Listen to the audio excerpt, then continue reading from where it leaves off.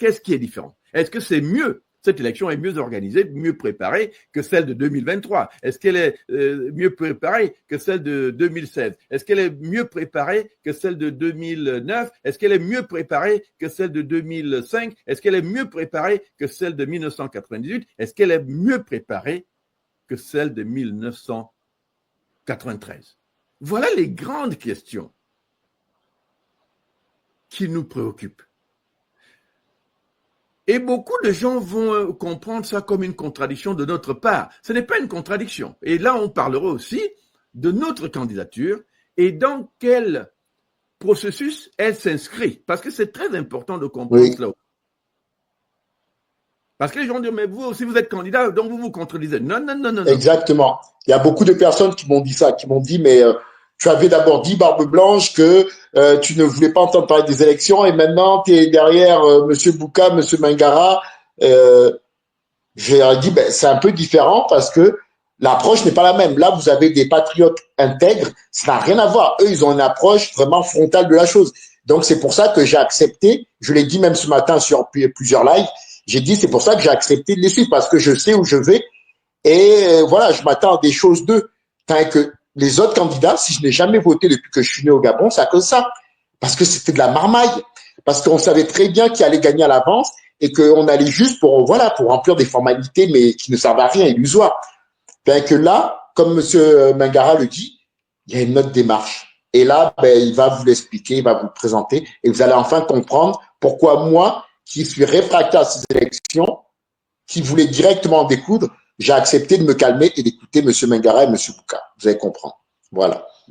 Alors, donc, je vais donc expliquer notre position tout à l'heure, pourquoi les gens ne peuvent pas nous confondre avec tout le reste, pourquoi les gens ne peuvent pas considérer ce que nous faisons comme une contradiction. C'est-à-dire qu'ils ont l'impression qu'on dit d'un côté on participe, mais de l'autre côté on ne participe pas. Alors, où est le sens?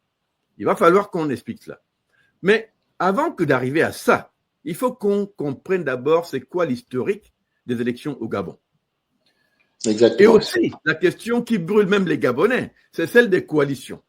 Parce que ça aussi, c'est très important. Les Gabonais parlent de coalitions énormément. Et pourtant, j'ai toujours envie de leur dire, sauf si vous êtes encore trop jeune, les gens qui ont dépassé la quarantaine ont peut-être une meilleure perspective des choses. Mais ceux qui sont peut-être un peu plus jeunes, qui ont atteint 18 ans, pas trop longtemps, qui ont peut-être juste à peine la vingtaine, même pas la trentaine, ils peuvent ne pas comprendre que l'historique de l'opposition au Gabon a toujours en fait été un historique de coalition. Exactement. Moi, je suis d'accord. Il faut qu'on comprenne. Il n'y a pas beaucoup d'élections au Gabon où on n'a pas vu des coalitions se former d'une manière ou d'une autre. Et l'homme rationnel a envie de se poser la question, parce que là on rentre dans la pensée scientifique. Si la coalition, ou le fait de coaliser des hommes et des femmes, partis politiques, candidats, ainsi de suite, est une solution, est-ce qu'elle a été une solution pendant toutes ces années-là depuis 90? Moi, je vais faire les mathématiques pour ne pas me tromper. Je vais prendre ma calculatrice là sur l'ordinateur. Nous sommes en 2025 moins 1990, je trouve 35 ans. 35 ans, n'est-ce pas, de tentatives politiques, où le raisonnement a toujours été « si on a une coalition et un candidat unique, on va y arriver. Si on a une coalition et un candidat unique, on va y arriver. » Moi, j'ai envie de poser quand même la question à tous nos frères et sœurs qui nous écoutent ce soir. Si vous avez fait coalition après coalition, coalition après coalition, coalition après coalition, et qu'à chaque fois vous dites on a gagné dans les urnes, mais on n'a jamais pris le pouvoir. Mais à un moment, vous devez dire que le problème n'est pas dans les coalitions.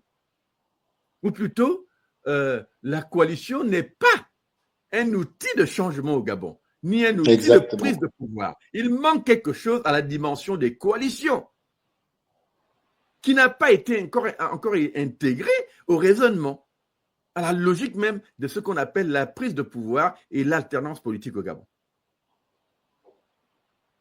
En 93, il y avait des coalitions fortes. À l'époque de Mbabossel. Code, Fuapo, je ne sais pas, plein de groupes qu'on avait connus à l'époque. Ça n'a rien donné. On a eu des présidents élus. Parce que nous avons toujours tous affirmé qu'à chaque élection, l'opposition gagne. Bon, Amo, Ping, Monsieur Albert Andossa, on a eu. Pourquoi pas? L'opposition gagne. Mais où est la prise de pouvoir? Où est-ce qu'on peut qui peut nous démontrer aujourd'hui qu'un de ces opposants coalisés, ou plutôt un de ces groupes coalisés, a su prendre le pouvoir au Gabon? Moi, c'est l'interrogation scientifique que j'essaie d'apporter à ce raisonnement, à cette discussion. Qui peut démontrer aujourd'hui que c'est parce qu'on s'est coalisé qu'on a pu non seulement gagner dans les urnes, mais ensuite prendre le pouvoir? Moi, je vois que le Gabon est un cimetière à président élu.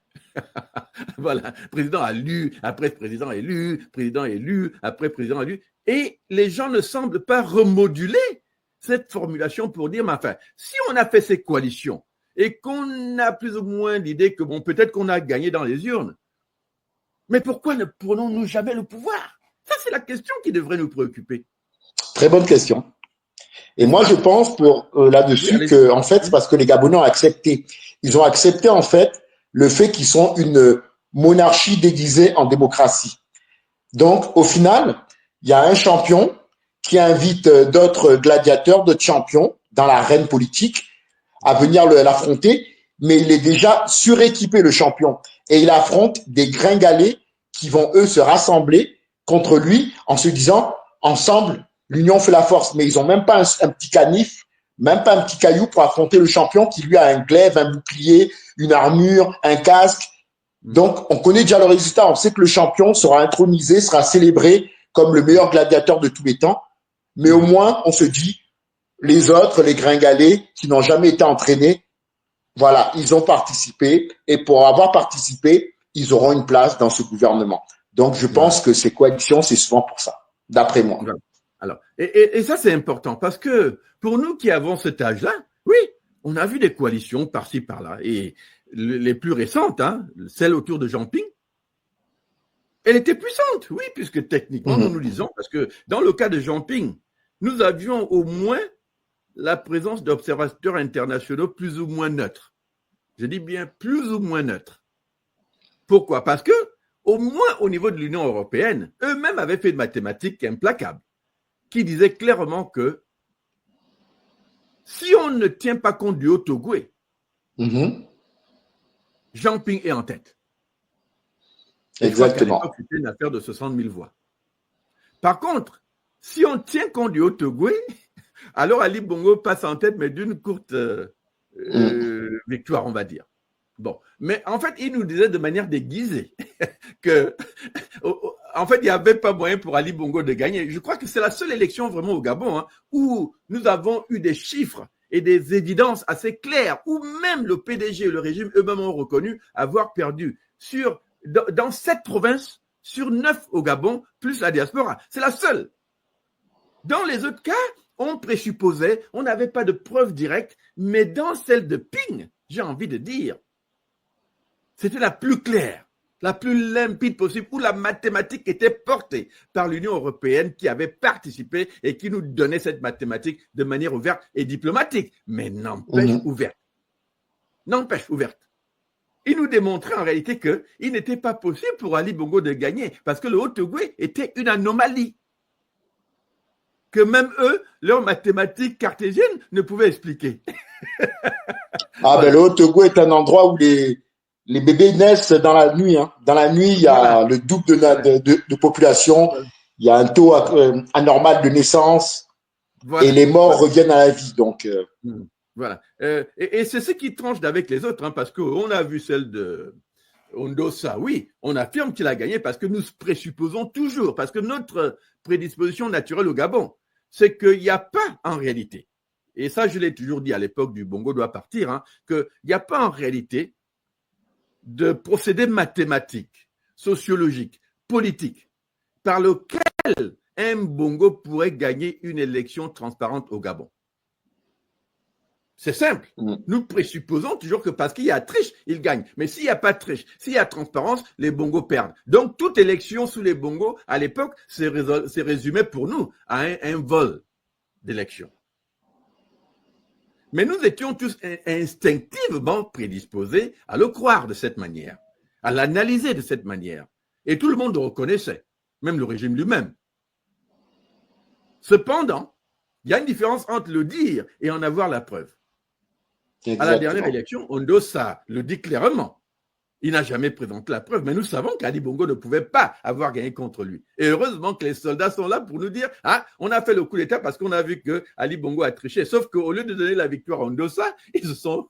C'est cette partie-là qui m'a vraiment surpris. Voilà. Au lieu de donner, parce que techniquement, la logique était simple. Si vous considérez que les résultats qui sont en train d'être donnés là sont faux, donc Ali Bongo a volé sa victoire avec son régime, et vous faites un coup d'État, la logique, c'est que vous donnez ce pouvoir à l'autre. Il n'y en a pas de mille. Exactement. C'est entre les deux. Mais ils ont volé la victoire d'Ondosa. Bon, et lui-même, il a laissé faire. Mais encore une fois, celle de Jean Ping reste la plus claire, la plus limpide. Mais seulement Jean Ping est aussi porté par une coalition. Exactement. Ça n'a pas mené à la prise de pouvoir par Jean Ping. Ondosa récemment est porté par une autre coalition, Alternance 2023. Là encore, on a vu l'engouement des Gabonais. On a vu clairement que Ali Bongo ne pouvait pas gagner cette élection-là. Et pourtant, Ali Bongo arrachait déjà la victoire à Ondosa.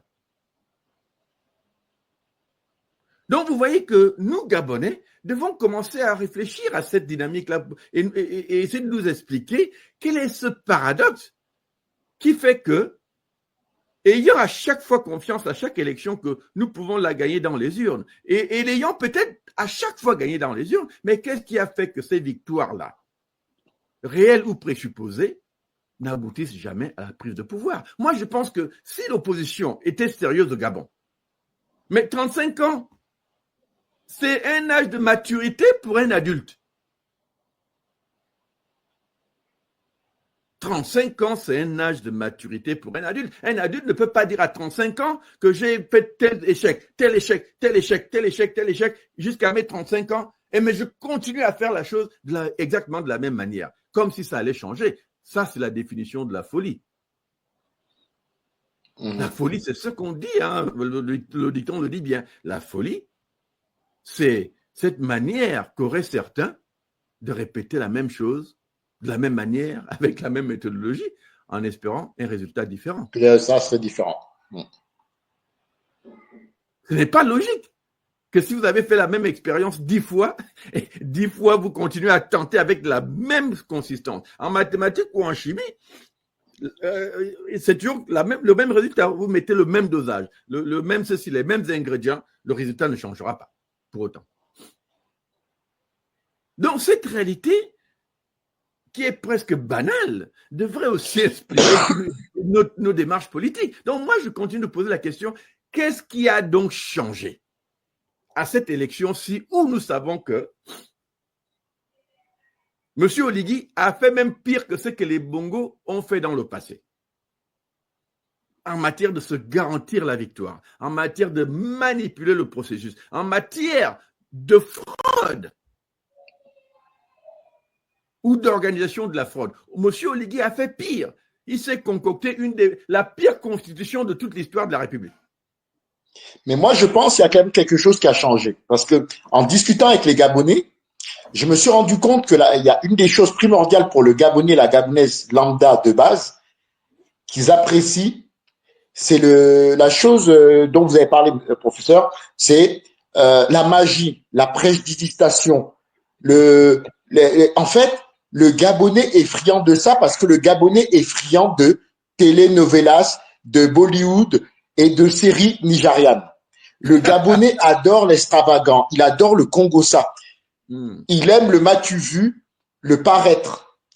Donc, forcément, vous avez un Gabonais qui m'a sorti, c'est Monsieur Yannick Domba qui a sorti que Monsieur le Président Oligui est tombé du ciel en parachute et que ça lui faisait penser à Tom Cruise dans Top Gun.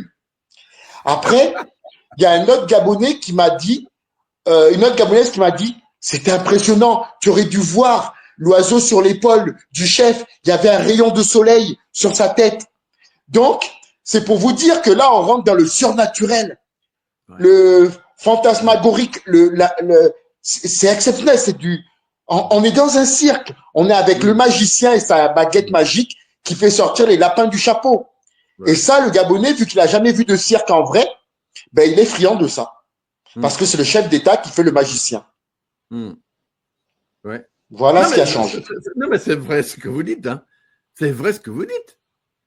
C'est vraiment, on va presque dire, le domaine du surnaturel politique. Dans le cas du Gabon, c'est effectivement la politique du spectacle.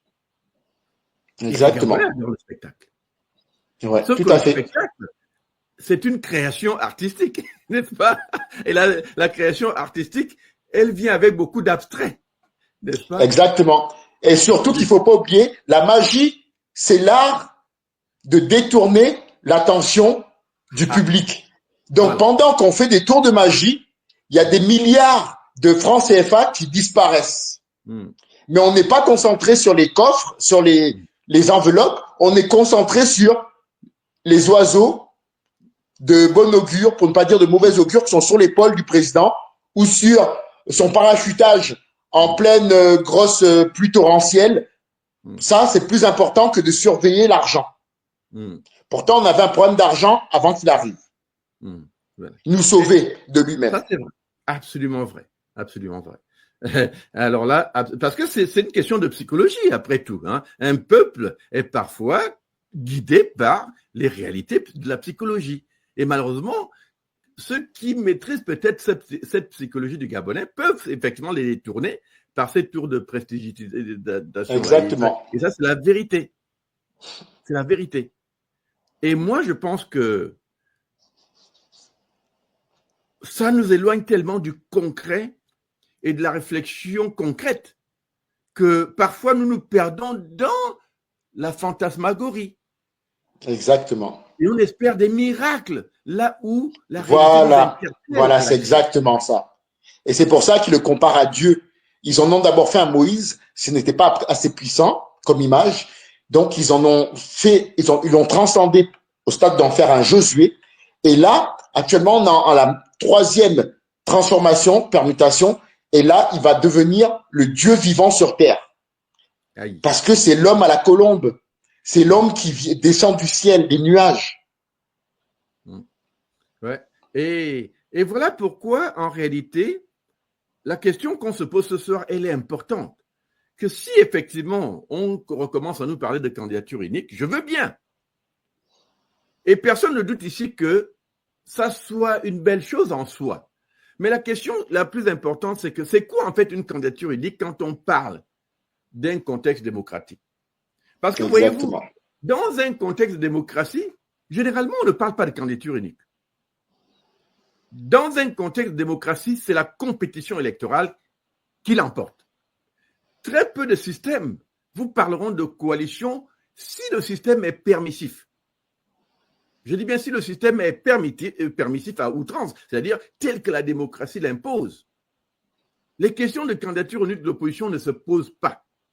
Généralement, vous verrez que ce n'est que dans ces dictatures, ces systèmes contrôlés-là, qu'on parle de... Parce que le système en face vous comprime en fait dans cette direction-là.